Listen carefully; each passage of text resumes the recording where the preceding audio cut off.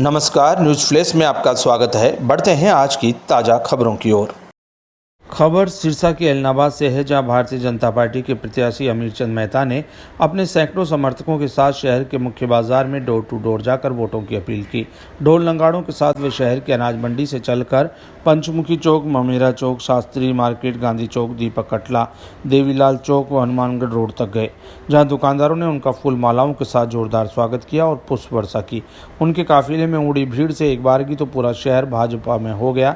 इस दौरान अमीरचंद मेहता ने दुकानदारों से देश प्रदेश की भाजपा सरकार की विकासकारी नीतियों के नाम पर वोट मांगे। उन्होंने कहा कि यदि एलनाबाद की जनता ने उन्हें आशीर्वाद दिया तो विधानसभा में भेजा तो वे एलनाबाद के विकास में कमी नहीं छोड़ेंगे।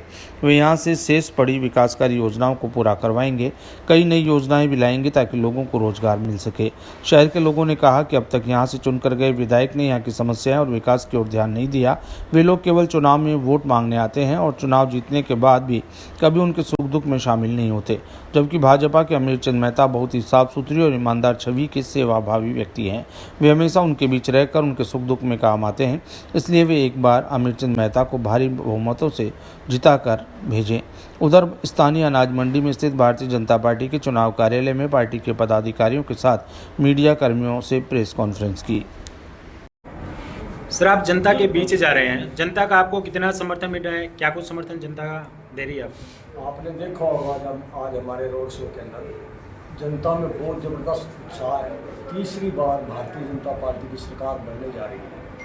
नरेंद्र भाई मोदी जी के नेतृत्व में, नायब सैनी जी के नेतृत्व में जो हमने 10 साल में, पिछले 10 साल में विकास किया, उस विकास को देखते हुए जनता ने मन बनाया कि भारतीय जनता पार्टी के प्रत्याशी को जितवाने का काम करेंगे। सर, आप हल्के में गए हैं, गांव में काफ़ी समस्या हैं। अगर जनता आपको आशीर्वाद देती है तो क्या प्राथमिक ऐसी समस्याएं जिनका सबसे पहले आप हल करवाएंगे? नहीं, वैसे तो पीछे भी हमारी सरकार चली, हमने कोई समस्या नहीं छोड़ी। अगर कोई समस्या रह गई है उसके ये कारण थे कि हमारे यहाँ एमएलए नहीं था। जो एमएलए की ग्रांट होती है वो हमारे एरिया में लग नहीं पाई।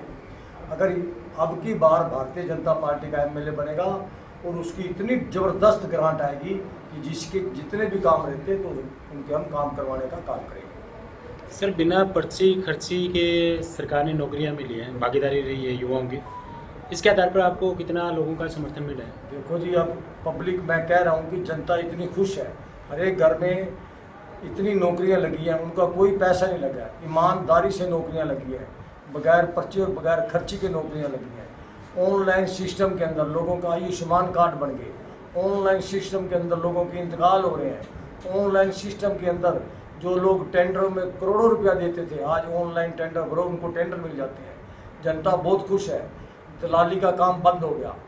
हर तहसील के अंदर दलाल होते थे, थाने के अंदर दलाल होते थे, और हमारे मुख्यमंत्री जी ने इतना बढ़िया काम कर दिया कि उन दलालों को एकदम ठुड्डे लाइन लगाने का काम किया। सर, शहर की कोई ऐसी समस्या बताएंगे जो आपके सामने ये आमजन ने आपको बताई हो? हमारे एलनाबाद के अंदर आप जाके देख लो, रबड़ की सड़क बन चुकी है। ये भारतीय जनता पार्टी का एमएलए ना होते हुए भी करोड़ों रुपए की सौगात दी थी हमारे पिछले मुख्यमंत्री जी ने, और अब की बार एमएलए जो बन गया भारतीय जनता पार्टी का, तो जो थोड़ी बहुत कमी है या स्टेडियम की है या और है तो हम सारी के सारी पूरी करवाएंगे।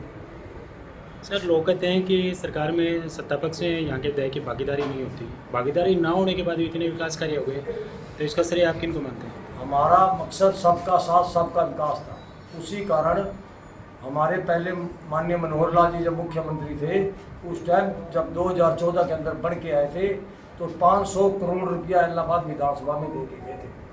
अगर हमारा एमएलए यहाँ पर होता तो यहाँ क्या तक कितने उद्योग लगे होते। इसलिए ये जनता कह रही है कि अब की बार भारतीय जनता पार्टी का प्रत्याशी जितवाएंगे। सर, अपनी जीत के प्रति कितने आश्वस्त हैं? मैं दावे से कह रहा हूँ कि मैं कम से कम 10 या 15 हज़ार वोटों से